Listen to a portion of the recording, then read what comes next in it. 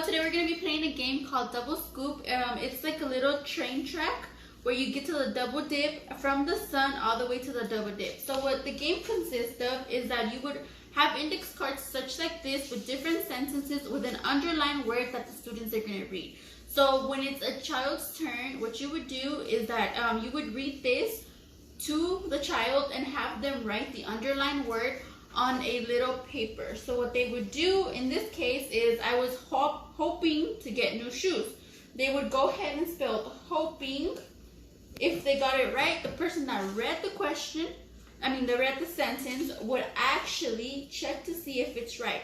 If the answer is right and they spelled it correctly, then the child with their little avatar would start at the sun.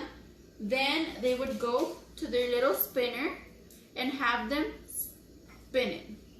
So once they spin it, they get to decide with the little thing. So here with this spinner, that child would basically get a 6. So they would be able to advance to 6. So 1, 2, 3, 4, 5, 6. So they move ahead. Then the next child would be able to get their question, their sentence.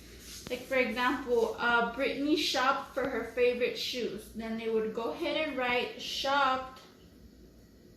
The person who read it would check, and then that student would go ahead and do the spinner, see how much they would get. And if they got like a 2, then that other person would bring theirs to a 2.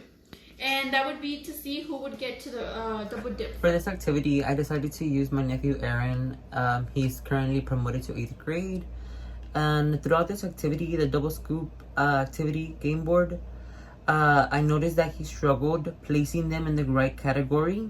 Either it was E-drop, double lettered, or no change. He got the spelling right, and I asked him why his spelling was better from when he took the spelling inventory, and he said that it's just the way I say the words, that maybe he felt rushed when I was doing the spelling inventory, or the way I said the word.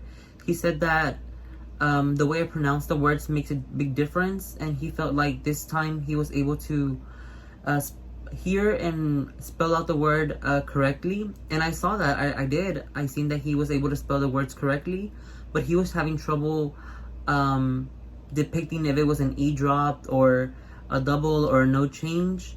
And I feel like afterwards, knowing, giving him the rules of what the letters or the inflected endings are, he will have a better understanding and less struggle of how to understand why words are spelled a certain way.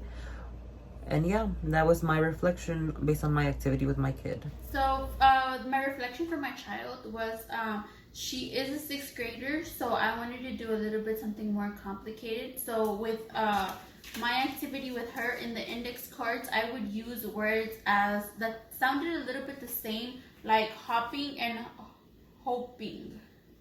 So what I would do is that I would see if she learned how to spell it with the double P in hopping and with the P in hoping.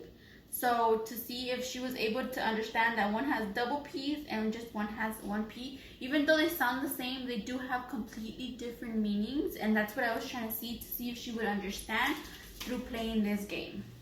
So I worked with a 4th grade student to play the double scoop game.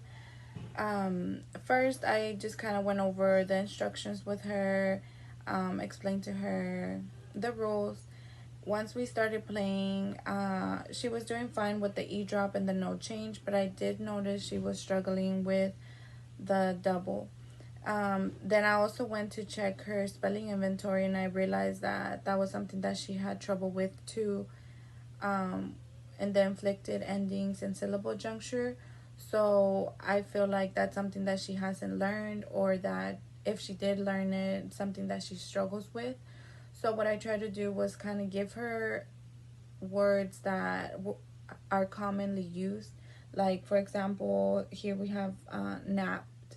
That's something that, she uses often. Also, hopping is something that, kids are always playing. So I just try to use common words with her to try to help her out. Overall, it was a fun game, and she did enjoy it.